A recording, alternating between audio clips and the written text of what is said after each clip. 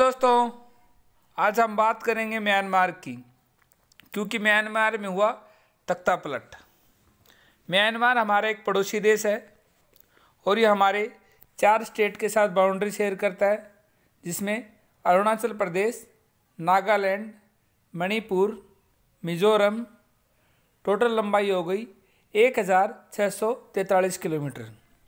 इसके अलावा म्यांमार हमारे बिम्स्टेक का भी सदस्य है। BIMSTEC means Bay of Bengal initiative for multi sectoral technical and economic cooperation, means बहुक्षेत्रीय तकनीकी और आर्थिक सहयोग के लिए बंगाल की खाड़ी की पहल। बिम्स्टेक के सदस्य हैं Bangladesh, Bhutan, India, Myanmar, Nepal, Sri Lanka and Thailand. और बिम्स्टेक की स्थापना हुई थी 6 जून 1997 में। अब बात करते हैं म्यांमार में तख्तापलट की। म्यांमार की संसद के चुने हुए निचले सदन की बैठक से पहले ही सेना ने किया तख्तापलट। 1 फरवरी 2021 यानी आज ही के दिन होने वाली थी हालिया आम चुनाव के बाद पहली बैठक। सेना ने लगाया 1 साल के लिए आपातकाल। National league for democracy party के नेता आंग सान सू की हुई गिरफ्तार।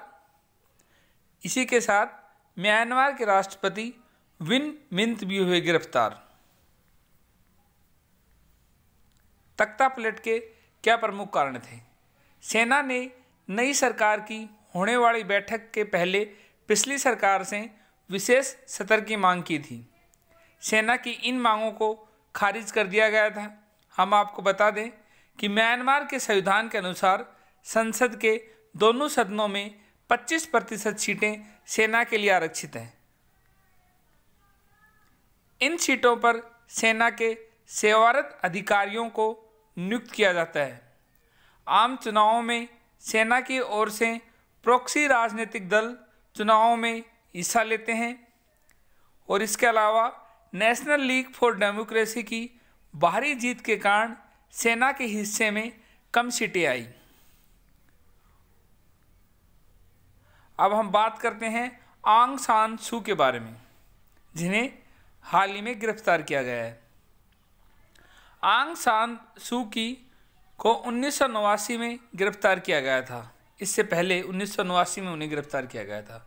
1991 में आंग सान सू की को लोकतंत्र और मानव अधिकारों के लिए शांतिपूर्ण संघर्ष के लिए शांति का नोबेल पुरस्कार दिया गया था। आंग सान सू की अपनी गिरफ्तारी के 21 सालों में से 15 साल हाउस अरेस्ट में रही। नवंबर 2010 में उन्हें रिहा कर दिया गया था। अब बात करते हैं भारत और म्यांमार के संबंध। भारत और म्यांमार के संबंधों में शामिल प्रमुख क्षेत्र: सीमा सहयोग, सीमा संरचना के में सुधार, म्यांमार में भारत द्वारा संचालित विकास परियोजनाएं, व्यापार और निवेश, दूतावास और सांस्कृतिक मामले। इसके अलावा सितवे बंदरगाह परियोजना Kaladan multi modal transit transport project का हिस्सा है।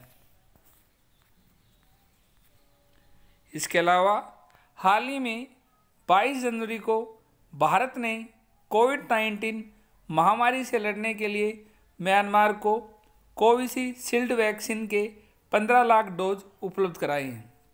इसी के साथ अक्टूबर 2020 में भारत ने म्यांमार नौसेना के लिए पनडुब्बी INS सिंधुवीर भी भेजे हैं। और इसी के अलावा म्यांमार हमारा एक पड़ोसी देश है। इसी के साथ इसमें इतना ही। Thank you. जय हिंद।